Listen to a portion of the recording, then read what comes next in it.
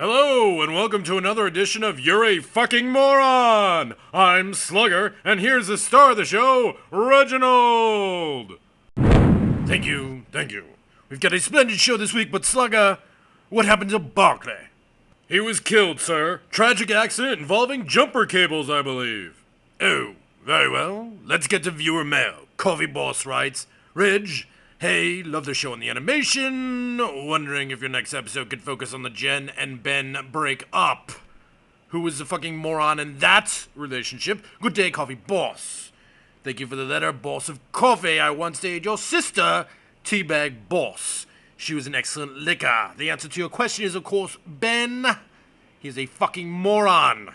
Only a moron would have put up with such a loudmouth Puerto Rican. Well, Slugger, shall we get to this week's episode? Yes, sir. This week we take a gander at one Mr. Fred Durst, lead singer for the band Limp Bizkit.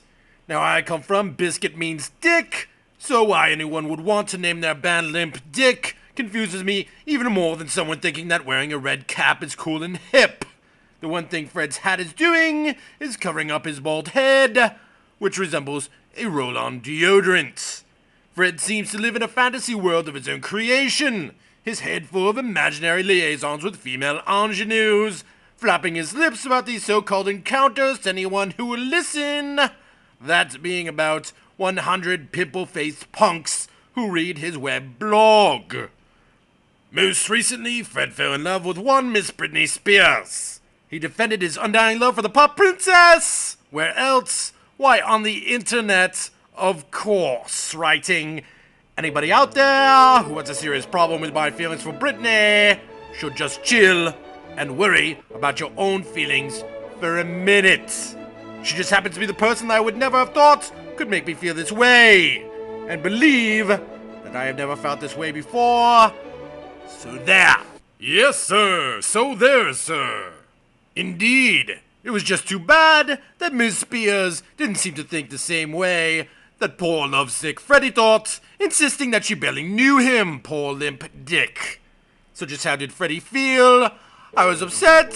When me and Britney ended, was my heart broken? Yes.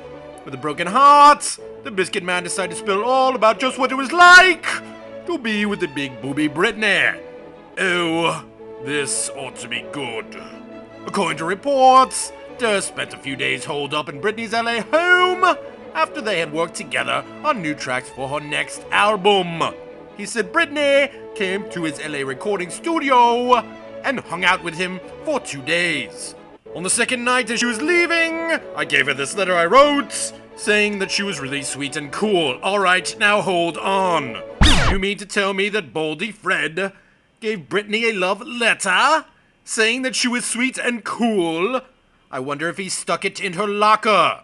Did they make out under the bleachers at the school as well? Yes, sir. After school, sir. According to Fred, the letter worked like a charm. She came back at 3 a.m. wearing a see-through blouse, and I could see her nipples. Oh, the fantasies continue. He said that she had been forward and aggressive in bed, and also hinted that she was a natural blonde. The rocker also claimed that the sex was so wild they didn't bother with protection.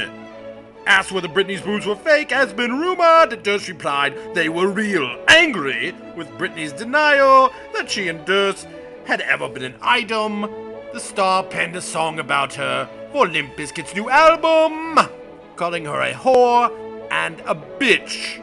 Most recently at a concert, Fred addressed the crowd, obviously still nursing his poor broken heart. How many people out there have ever had one of those fucked up days?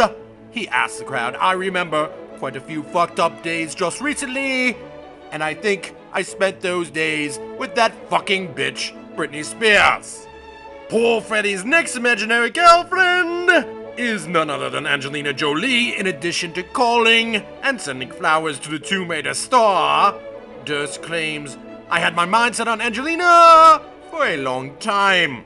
I couldn't stop thinking about her, but it's just not going to happen. Oh, I don't know, Fred.